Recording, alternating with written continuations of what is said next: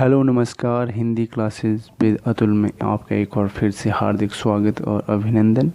आज की इस वीडियो में हम करेंगे हिंदी व्याकरण सामान्य ज्ञान प्रश्नोत्तरी, जिसमें कि हिंदी ग्रामर जी के जो इससे संबंधित हमारे जो इसमें प्रश्न रहेंगे जो कि ग्रामेटिकली होंगे। तो चलिए शुरू करते हैं वीडियो को। आज का पहला प्रश्न स्क्रीन पर देख सकते हैं आप कि किस शब्द में उपसर्ग का प्रयोग हुआ है? उपकार, पढ़ाई, अपनापन या फिर लाभदायक। तो सही उत्तर है इसका उपकार। अगला प्रश्न है दूसरे नंबर का। दूसरा प्रश्न है निम्नलिखित में से कौन सा अर्धविराम चिन्ह है?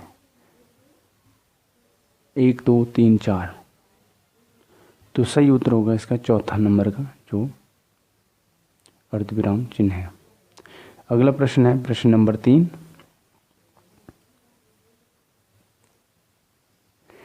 निम्नलिखित में से विराम चिन्ह नहीं है? अल्पविराम, अवतरण, निर्देशक चिन्ह या फिर पूर्ण विराम। सही उत्तर है इसका अवतरण जो है ये विराम चिन्ह नहीं है। अगला प्रश्न आता है प्रश्न नंबर 4। स्क्रीन पर आप देख सकते हैं कि वाक्य के घटक होते हैं कितने, कौन कौन से होते हैं? उद्देश्य और विधेय, कर्ता और क्रिया, कर्म और क्रिया, कर्म और विशेषण। वाक्य के घटक होते हैं कौन कौन से होते हैं? तो उद्देश्य और विधेय ये इसके घटक होते हैं।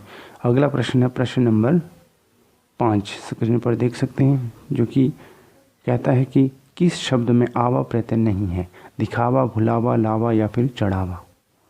तो सही उत्तर होगा इसका लावा। लावा में जो है प्रत्यय नहीं है, बाकी दिखावा, भुलावा और चढ़ावा इनमें जो है आवा आवा ये प्रत्यय लगा हुआ है। अगला प्रश्न है प्रश्न नंबर 6। हिंदी किस भाषा परिवार की भाषा है? द्रविड़, चीनी तिब्बती, भारोपिया या फिर ऑस्ट्रिक। सही उत्तर है इसका भारोपिया। अगला प्रश्न है प्रश्न नंबर 7 जो कि क्या कहता है? प्रश्न नंबर 7 कहता है कि शुद्ध वर्तनी का चयन करना है। हमने यहाँ पे जो पहला है ये जो है कृपा, दूसरा है कृपा, तीसरा है क्रिया या चौथा है कृप। तो सही उत्तर कौन होगा इसका? तो सही उत्तर होगा दूसरा यानी कि कृपा सही उत्तर होगा इसका। अगला प्रश्न है प्रश्न नंबर 8। 8 नंबर प्रश्न क्या कहता है कि इसमें कहता है कि निम्नलिखित में से किस शब्द में प्रत्यय लगा हुआ है? सागर, जादूगर, नगर या फिर इनमें से कोई नहीं। तो प्रत्यय हमने यहाँ पे ढूंढना है। तो प्रत्यय इसमें लगा हुआ है, जो प्रत्यय लगता है शब्द के बाद जो भी है, तो उसमें जादूगर इसका सही उत्तर होगा। अगला प्रश्न है प्रश्न नंबर 9 जो कि यहाँ पे क्या पूछा गया है कि क वर्ण किसके योग से बना है? ज और य, क और श, क और र, क और आ। तो क और आ से मिलकर बना हुआ है जो है क वर्ण, यानी कि आधा क और प्लस आ। आगे चलते हैं प्रश्न नंबर 10। हिंदी भाषा का जन्म हुआ है, कहाँ से हुआ है? लौकिक संस्कृत से, वैदिक संस्कृत से, पाली और प्रकृति से या फिर अपभ्रंश से।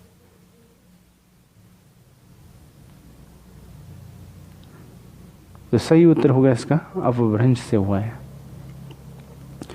अगला प्रश्न है प्रश्न नंबर 11।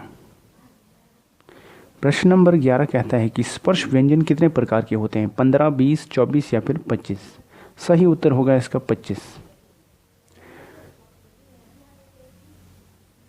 अगला प्रश्न है प्रश्न नंबर 12 कि निम्न वाक्यों में से मिश्र वाक्य कौन सा है? चोर को देखकर सिपाही पकड़ने दौड़ा, सेठ जानता है कि नौकर ईमानदार है, नेताजी भाषण देकर चले गए या फिर बिजली नहीं थी इसलिए अंधेरा था। तो सही उत्तर होगा इसका सेठ जानता है कि नौकर ईमानदार है। ये इसका सही उत्तर होगा जो कि मिश्र वाक्य के अंतर्गत आता है। आगे चलते हैं 13 नंबर प्रश्न के ऊपर जो कि रहता है। स्क्रीन पर देख सकते हैं कि वह कौन सा व्यक्ति है जिसने जवाहरलाल नेहरू का नाम न सुना हो? वाक्य है कैसा है? संयुक्त, मिश्र, सरल या फिर इनमें से कोई नहीं। तो सही उत्तर होगा इसका मिश्र। अगला प्रश्न है प्रश्न नंबर 14 प्रश्न नंबर 14 क्या कहता है कि इनमें कौन सा विराम चिन्ह ऐसा है जो हिंदी में अंग्रेजी भाषा से नहीं लिया गया है? तो सही उत्तर होगा ये पूर्ण विराम। अगला प्रश्न रहता है प्रश्न नंबर 15, निर्वाह में प्रयुक्त उपसर्ग है नि, निरी, निर या फिर नि? तो सही उत्तर होगा इसका निर। अगला प्रश्न है प्रश्न नंबर 16, निम्नलिखित में से किस शब्द में प्रत्यय का प्रयोग हुआ है? विकल, धनिक, पुलक या फिर अलग? तो सही उत्तर है इसका धनिक। धनिक में जो है क्या हुआ है प्रयोग? प्रत्यय का प्रयोग हुआ है। अगला प्रश्न है प्रश्न नंबर 17, यथार्थ में कौन सी संधि है? हमने संधि यहाँ पे पहचानी है कौन सी है? दीर्घ, वृद्धि, गुण या फिर इनमें से कोई नहीं? तो सही उत्तर है इसका यथार्थ में दीर्घ संधि। अगला प्रश्न है प्रश्न नंबर 18, यानी कि 18 नंबर प्रश्न, जो कहता है कि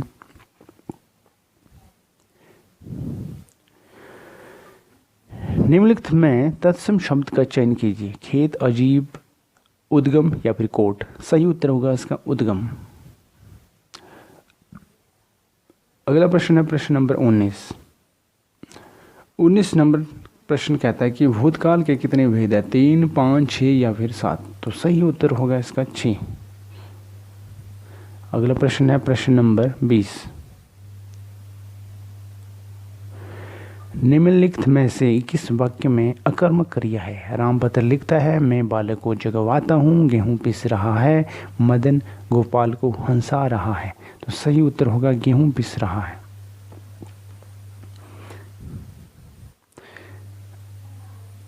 अगला प्रश्न है प्रश्न नंबर 21, इनमें से कौन सी जो है शब्द समूहवाचक संज्ञा है? सभा, मिठास, सोना या फिर इनमें से कोई नहीं? तो यहाँ पे सभा होगा इसका सही उत्तर।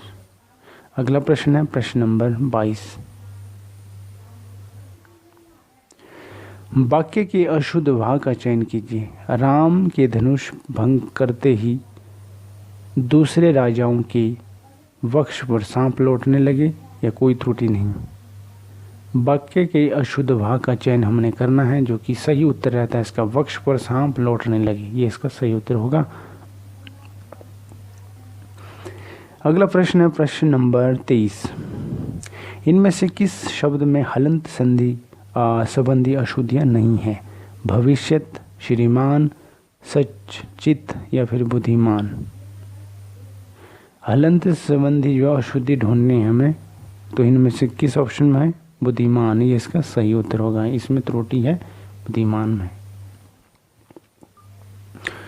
अगला प्रश्न रहता है प्रश्न नंबर 24,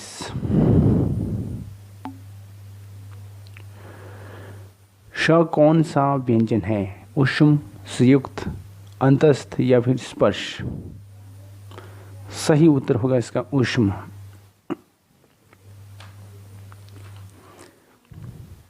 अगला प्रश्न है प्रश्न नंबर 25,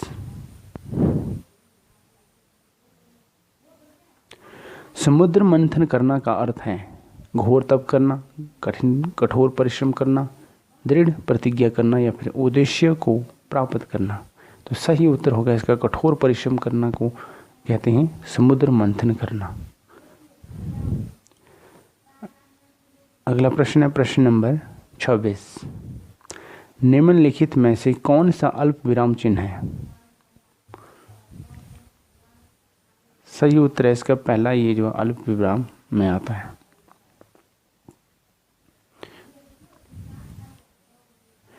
अगला प्रश्न है प्रश्न नंबर 27, जस दूल्हा तन वनी बारात का अर्थ है सभी साथी एक ही जैसे संगठन से ही कार्य सिद्ध होता है, बेढंगा होना या फिर सुंदर वस्तु के साथ ही सुंदर वस्तु का मेल होना?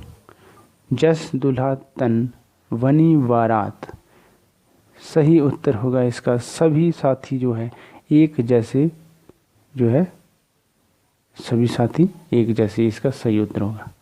अगला प्रश्न है प्रश्न नंबर 28।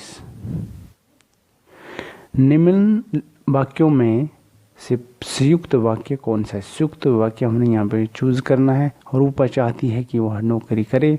गीता जिस घर में रहती है वह में रहती है बहुत गंदा है। वह खाना खाकर सो गया, या फिर उसने खाना खाया और सो गया।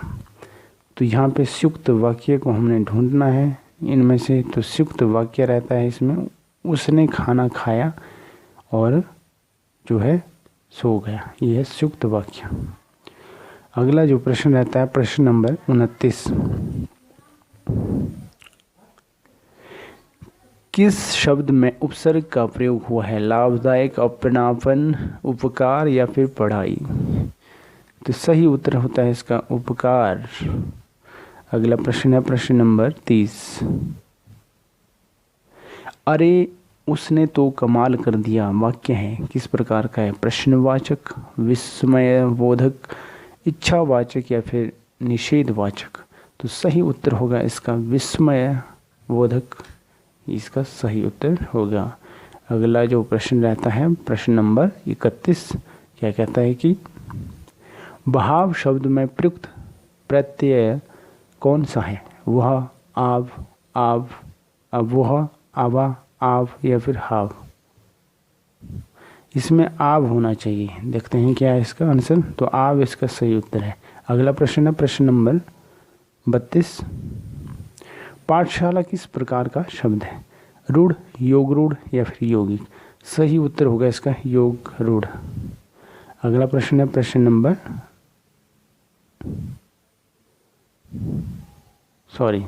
इसमें होगा इसका उत्तर होगा यौगिक। यौगिक होता है, योग रूढ़ तो बाद में आता है, इसलिए यौगिक होगा इसका।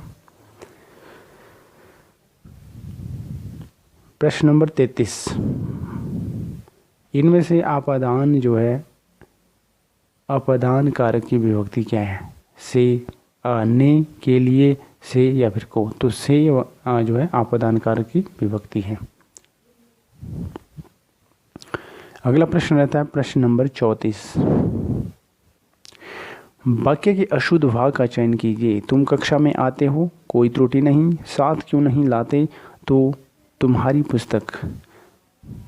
त्रुटि हमने अशुद्ध भाग का चयन करना है, तो अशुद्ध भाग इसमें है तो तुम, तो तुम्हारी पुस्तक, यानी कि अशुद्ध भाग इसमें है तो तुम्हारी पुस्तक। अगला प्रश्न है प्रश्न नंबर 35।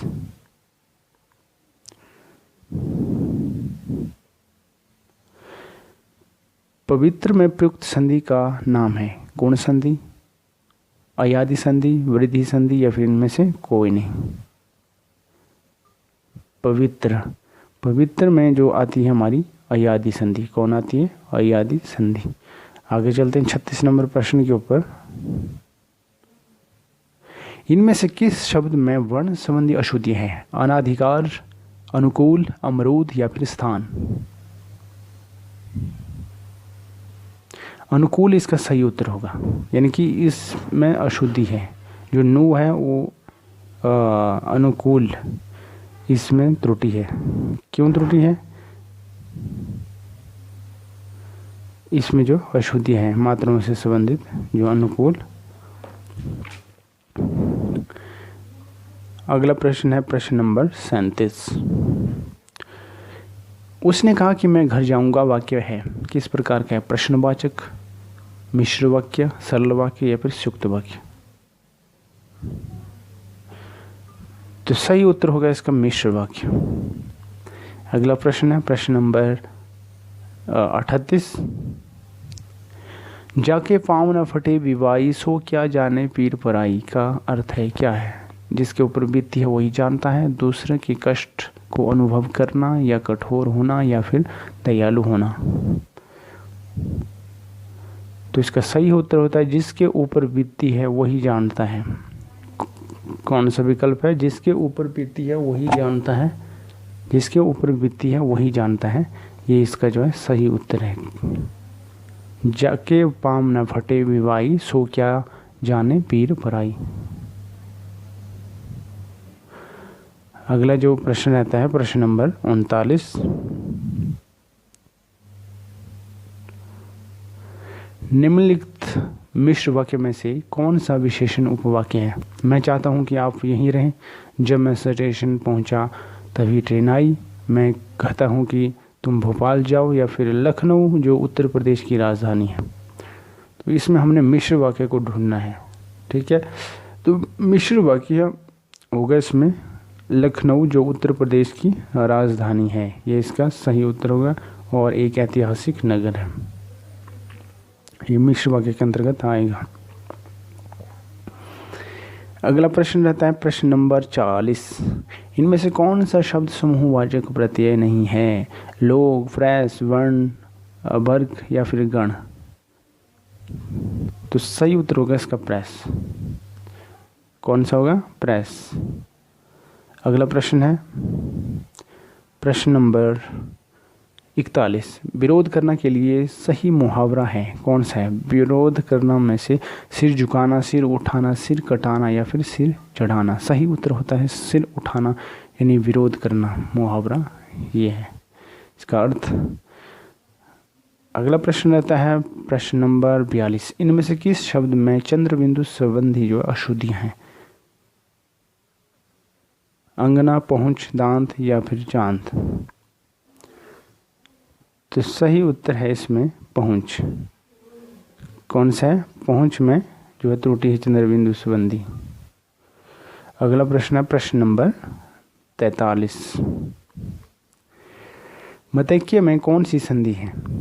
गुण, वृद्धि, दीर्घ या फिर इनमें से कोई नहीं। इसमें जो है संधि का नाम है वृद्धि संधि है। इसमें कौन सी संधि है? वृद्धि संधि जो है मतैक्य में। अगला जो प्रश्न आता है 44 नंबर, ऊष्म और संयुक्त किसके प्रकार हैं। व्यंजन, स्वर या ए और वी दोनों या फिर इनमें से कोई नहीं। व्यंजन के प्रकार है ये। ठीक है, अगला प्रश्न रहता है प्रश्न नंबर 45, राम घर गया उसने माँ को देखा का संयुक्त वाक्य बनेगा। राम ने घर जाकर माँ को देखा, राम घर गया तो उसने माँ को देखा, राम घर गया और उसने माँ को देखा या फिर इनमें से कोई नहीं। तो सही उत्तर होता है इसका राम घर गया और उसने माँ को देखा। ये जो है संयुक्त वाक्य के अंतर्गत आता है। अगला प्रश्न है प्रश्न नंबर 46, इनमें से योजक चिन्ह कौन सा है। तो सही उत्तर होगा इसका ये वाला। ठीक है, अगला प्रश्न है प्रश्न नंबर 47, निम्नलिखित में से तत्सम शब्द का चयन कीजिए। वर्षा, आंसू, हाथी या बारात। तो सही उत्तर होता है इसका तत्सम शब्द वर्षा। तो वर्षा सही उत्तर होगा, तत्सम शब्द आएगा वर्षा। अगला प्रश्न रहता है प्रश्न नंबर 48, किस शब्द में उपसर्ग नहीं है। पराजय, ओढ़ना, अपवाद या प्रभात। अपवाद या प्रभाव कौन होगा सही उत्तर। सही उत्तर है इसमें ओढ़ना। क्या है? ओढ़ना, यानी कि उपसर्ग नहीं है इसमें। किस में नहीं है? ओढ़ना के अंतर्गत नहीं है उपसर्ग। अगला जो प्रश्न आता है प्रश्न नंबर 49, पुरोहित में उपसर्ग है। पुरस, पुर, पुरा या फिर पुरो। ये सही उत्तर रहता है इसका पुरा। अगला प्रश्न है प्रश्न नंबर 50, इनमें से किस शब्द में लिंग प्रत्यय संबंधी अशुद्धियां हैं। गायिका, नारी, अनाथ या फिर गोपी। सही उत्तर होगा इसका विकल्प नंबर ए जो नारी। नारी इसका सही उत्तर होगा। अगला प्रश्न है प्रश्न नंबर 51, नाश कर देना के लिए सही मुहावरा है। पानी में आग लगना, पानी भरना, पानी फेर देना या फिर पानी पानी होना। सही उत्तर है इसका पानी भरना, नाश करना। अगला प्रश्न है प्रश्न नंबर 52। वे इंसाफी में प्रयुक्त उपसर्ग है, कौन सा है? तो वे इसका सही उत्तर होगा। अगला जो प्रश्न रहता है प्रश्न नंबर 53, जो कि रहता है इनमें से कौन सी शब्द जो है पुल्लिंग है? कौन सा शब्द है इसमें इनमें से पुल्लिंग है? गिलास या अदालत? गिलास इसमें पुल्लिंग रहेगा, अदालत इसमें स्त्रीलिंग रहेगा। जैसे कि अदालत की होता है ना, अदालत की, गिलास जो होता है पानी का, जैसे पानी का होता है ना, तो पानी का गिलास के लिए का प्रयोग होता है, तो ये हुआ पुल्लिंग। और अदालत की जो भी इस तरह का आता है, तो यहाँ पे पता चलता है कि ये स्त्रीलिंग है, तो पुल्लिंग आएगा कि हमारा गिलास। अगला प्रश्न है प्रश्न नंबर 54। चिरायु शब्द में प्रयुक्त उपसर्ग है, सही उत्तर हो गया इसका चिर। अगला प्रश्न है प्रश्न नंबर 55। किस शब्द की रचना प्रत्यय से हुई है? अभियोग, अपमान, व्यायाम या फिर इनमें से कोई नहीं? इनमें से कोई नहीं इसका सही उत्तर होगा। ठीक। अगला प्रश्न है प्रश्न नंबर 56। इनमें से कौन सी जातिवाचक संज्ञा से भाववाचक संज्ञा बनाया गया है? बुढ़ापा, अपनापन, सजावट या फिर कठोरता? तो सही उत्तर होगा इसका बुढ़ापा। ये जो जातिवाचक से संज्ञा से भाववाचक की ओर बनाया गया है ये।